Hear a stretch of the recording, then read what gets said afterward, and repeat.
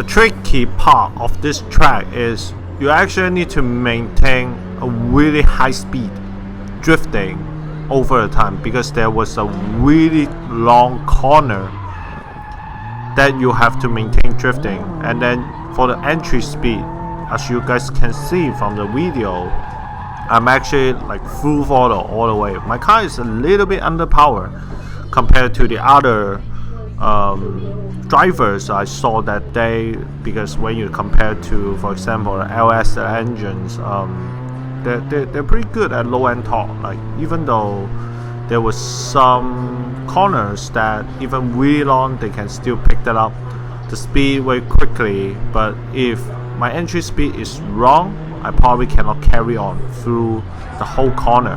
So that's why I have to be full throttle all out, like, to enter the corner in order to maintain my drifting over the course. This is the best runs I have throughout the morning session. I feel like the car is pretty solid over the morning, but there was something that I didn't notice until the later of that day. Is actually my oil catch can hose is touching the throttle manifold. You guys can see from the cinematic at the beginning of the video, my car actually catch on fire at the beginning. After around like 2 hours of driving it, I should notice much quicker, but I didn't thought it was that serious until the car actually catch on fire on the track. It really scares me a lot after I saw the fire, but luckily I have a fire extinguisher inside the car, so I put it out very quickly, and I was able to have the tow truck tow it back to the pit, do a couple of quick fixes, and then go back to the track again.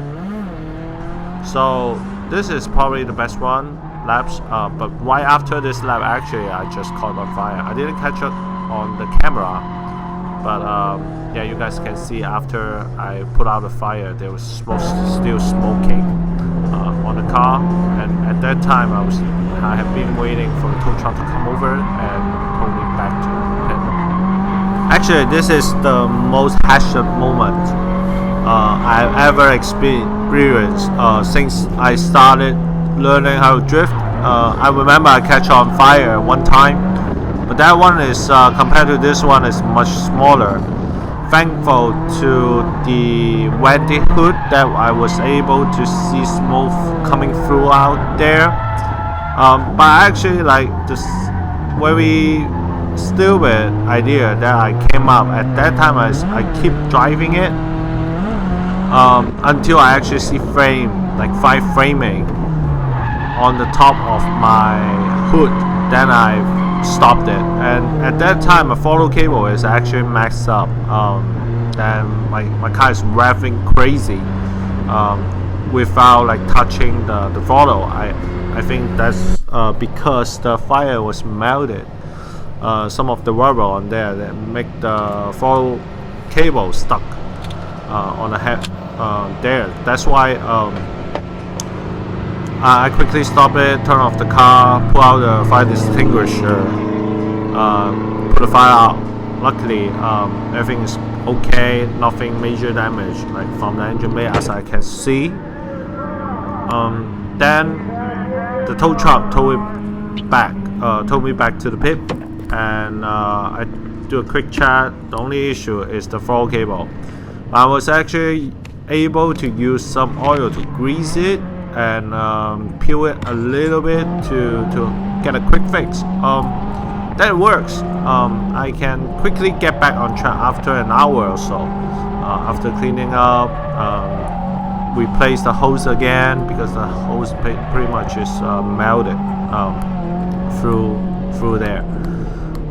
Yeah, this is the afternoon session. As you can see, I'm actually able to link much better throughout the day, but the car actually didn't feel as good because it's still touching the manifold, and it melts the second hoses. But good thing about it is as long as I don't drive it too hard, I will only have the oil like spill out